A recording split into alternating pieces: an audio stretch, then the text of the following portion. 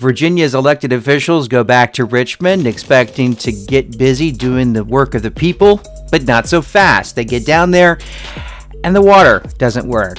There's no water. It's not just it doesn't work. They turned on the tap and there's none to be had. And there's porta potties lining the Capitol where our Virginia's lawmakers are set again to go down there for the General Assembly session for 2025, and things are not starting out the way that they normally do. Hello, everyone. I'm Uriah Kaiser. I'm the publisher of Potomac Local News, and thank you for joining us for this Potomac Local podcast.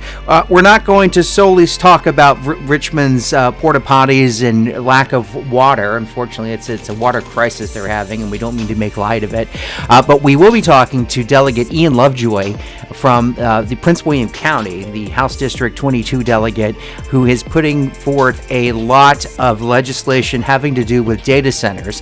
And as anyone who's been following this podcast or reading PotomacLocalNews.com for any number of months or years knows that we have been focused on data centers. It is the talk of the region, talk of the state. It's impossible to drive around our area and not see a new data center coming up, being built. And so the delegate has introduced several new key pieces of legislation. We'll get to those in a second. We'll tell you more about that. But first, please like this video. Please subscribe to us on YouTube. If you're watching on YouTube, we certainly appreciate that. The more you like and subscribe, we'll notify you when we post new content. And when you like us and subscribe, you tell YouTube that you want to see more of this type of local content that no one else is producing like this. We are doing our best to give you local content where you are.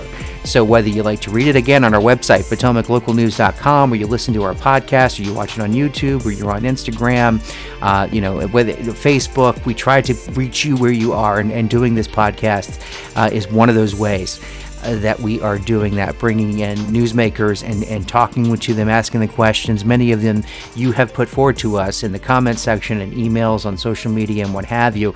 We get those questions out and work to get them answered for you. So like I said, we're talking to Delegate Ian Lovejoy, and he is some of the bills that he's put forward. And I'll just recap them. One of them is to prevent elected officials from voting on projects tied to donors. And so what we've seen is data center companies will come in and they will donate to political candidates, whether they be on city councils or on boards of county supervisors or, even the state level. And they'll give funds to their campaign, and lo and behold, 18 months later, there's a massive data center complex coming up in the jurisdiction or area, obviously the state in Virginia, where the money was donated. So Lovejoy is going head on against that, putting that forward. Another thing that we've seen through our coverage over the years are how close these data centers are coming to the places that we go to the most. Parks, neighborhoods, and now schools. And so if, for instance, in western Prince William County, I know there's a data center being built right next to Chris Young Elementary School. And this is actually in the Delegate Lovejoy's district. And so he's put forward a piece of a bill that would just zoning reforms across the board, including a 1,000-foot buffer between data centers, schools, parks, and neighborhoods. So there's that. There's a temporary moratorium on new data centers in Northern Virginia, and the elimination of tax incentives that he says has overfueled the data center development. And of course, after all of the zoning issues and the building, we have the energy concerns. The JLARC report that was issued in December essentially says, hey, not only is Richmond out of water right now, but by 2030, the entire state could be out of electricity because these data centers are using so much of it to power the servers inside that power the internet, and it's a real problem. And so Lovejoy is sounding the alarm in some of these bills that he's put forward. So again, let's get to it. You don't need to hear me talk about this more often. Let's just get into the interview and talk with Delegate Ian Lovejoy. All right, Delegate Lovejoy joins us from Richmond. Thank you for coming on the Potomac Local News Podcast. I want to start. We have a lot to talk about with data centers, but first, this story about Richmond having no water blows my mind. I can't fathom the fact that a major U.S. city on the East Coast about to host our state delegates and senators do the business of the people. You guys are waking up down there with no water. Yeah, I mean, it's been a challenge to say the least. My wife and I came down a few days early to set up because we get an Airbnb for the duration of session. So we actually left ahead of the Northern Virginia snowstorm, thinking we were lucky because the snow was heavier up there, and we are on well and septic, and we thought we were dodging a bullet with the power going out there and perhaps losing water, only to get to Richmond to discover what was kind of billed as a one-day problem has become a two-day problem, become a three-day problem. So we've had to get sort of creative. We've melted snow to make sure the toilets can flush, and every store is out of bottled water. And so, as I'm sure you've heard, the General Assembly has conceded and just admitted that this is probably going to take longer to fix than anyone thought. So we are convening today at noon procedurally, and then immediately recessing until Monday. Unbelievable. And the guy who was Mayor Levar Stoney is now running for Virginia Lieutenant Governor. He wants to be elected to a statewide office, and that is making some noise across social media. What do you think? How does this water crisis? It is a crisis. Oh, it's an absolute crisis. Yeah, I mean, how's that going to bode for the 2025 election? I do not think it is a positive talking point for former Mayor Stoney's campaign. But yeah, speaking to it, at first it was a novelty. The water, sometimes the water goes out and you just assume it's a 1 hour, 2 hour, 3 hour thing. But we're on multiple days now. And it's not just not being potable. Literally nothing comes out of the tap. So I feel bad for particularly families, and if you have young kids and schools are closed. I mean, I can't imagine also what this is going to do to commerce. The restaurants aren't open, shops aren't open, the city's at a standstill. So after we gavel in session today, my wife and I are heading back to the district, and we'll happily return home, and then hopefully where come there's back water. To where there's actually running water. Yeah, unbelievable. Yeah. Well, we'll keep a watch on this story and the political implications it might have for not only Richmond but the state, because again, the former mayor that left this water crisis behind is now running for a statewide office, and he's leaving the new mayor up to fix what he left behind this issue. Listen, I want to switch now and talk about your legislation that you put forward. Data centers are the talk of our town in Northern Virginia, and now down encroaching into Central Virginia. You have several bills aimed at addressing some of the concerns in your district, Western Prince William County, District 22. One of the ones that pops out at me is if a sitting supervisor or city council or any politician who has benefited politically through donations, campaign donations, your legislation would bar them from voting on approving such a data center project. And we have seen that time and again in Prince William County, where someone on the Board of Supervisors received campaign donations, and 18 months, 10 months, however many months later, there's a rezoning approved, and now a massive data center complex is being built in the area. So what made you want to address this head on? Well, I mean, and this isn't just specifically for data centers. It really tackles the whole issue. If you look at the campaign financing, particularly of local officials and at the county level, largely bankrolled by developer interests. And then you have, shockingly, immediately, following a lot of these donations, you have votes that some are controversial, some are mundane. But there's, I think, an erosion of public confidence that there's a neutrality on behalf of some of these elected officials after they're taking such generous campaign donations and then shockingly are voting in the affirmative. And I think that has come to a head over data centers when you see overwhelming public opposition to a project at these public hearings, 99 to 1. and still seeing these terrible rezonings happening. So if you follow the money, you see a clear pattern that I think is obvious to everybody. The bill in question, it forces folks to make a choice. You can take the money, you just can't vote on the project, or you can deny the money and vote on any project that you want. And again, we think it's a common sense reform. It really gets to the heart of the challenges that Prince William faces when it comes to these bad rezonings. And hopefully we can. It's something that has been done in Loudoun, and we hope that we can, if not take it statewide, at least take it to Zone 8, which is specifically Northern Virginia. That's interesting. You mentioned Loudoun County. Or did you base any of this, the text of this legislation, on lessons learned in Loudoun? Yeah, I mean, it's based on Loudoun lessons. It's based on lessons of serving at the local government, but primarily just from the root of the challenge facing Prince William right now is a cluster of bad land use decisions that, if ample campaign money wasn't flowing, may have gone a different direction. And hopefully we can get to the heart of that. We're seeing these things pop up all over the place, and one of the most contentious places are schools.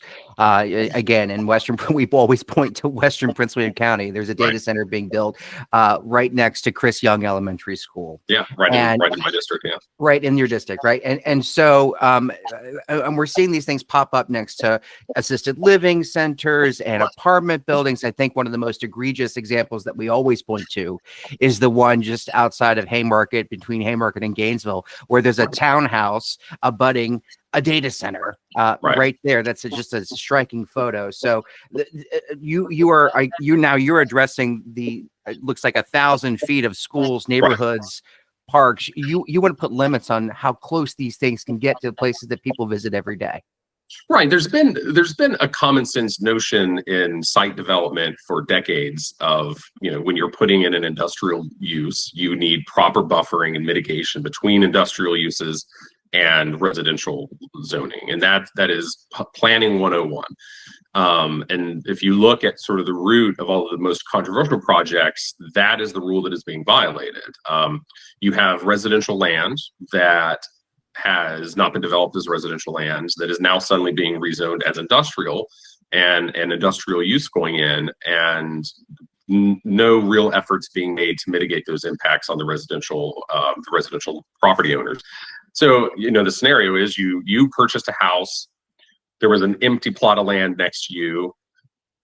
Worst case scenario was maybe a house would go there someday because it was zoned residential, but you as a homeowner knew what you were getting into. Maybe someday a house would fill this empty plot of land, and you baked that into your decision making. Lo and behold, a year later, 10 years later, 5 years later, that undeveloped residential land is now being made industrial. That is not something that you baked into your home purchasing decision. And that really does violate basic tenets of proper land development and zoning. And so, again, if you want to look at the most controversial data center projects, it's the ones that are violating those basic tenets. And we're trying to get at the heart of it again, the root causes of these worst of the worst data center projects. And again, 1,000-foot buffer between a data center use and a residential use, that helps significantly mitigate noise. It helps significantly mitigate view shed issues and problems during the constructions of these things. And what it will do is it will remove certain chunks of land from consideration, which, as a benefit to the data center industry, adds clarity as to where they can and cannot develop. One of the final points that you put out on a very detailed list of points in your legislation is just a moratorium on all new data centers in Northern Virginia. I think that it's interesting you put that one last, but it may be the biggest one that on your list here. So you're explain this one. So just as a bit of backstory, one of the reasons we're seeing the proliferation of data centers is that there is a statewide tax moratorium on sales and use tax on data centers, which certainly makes Virginia more appealing to the industry as a whole. And that was designed to stimulate the industry coming to Virginia and building up. And mission accomplished. It's done. And in fact, it's being overdone in Northern Virginia. So what we are calling for is a suspension of that tax rebate.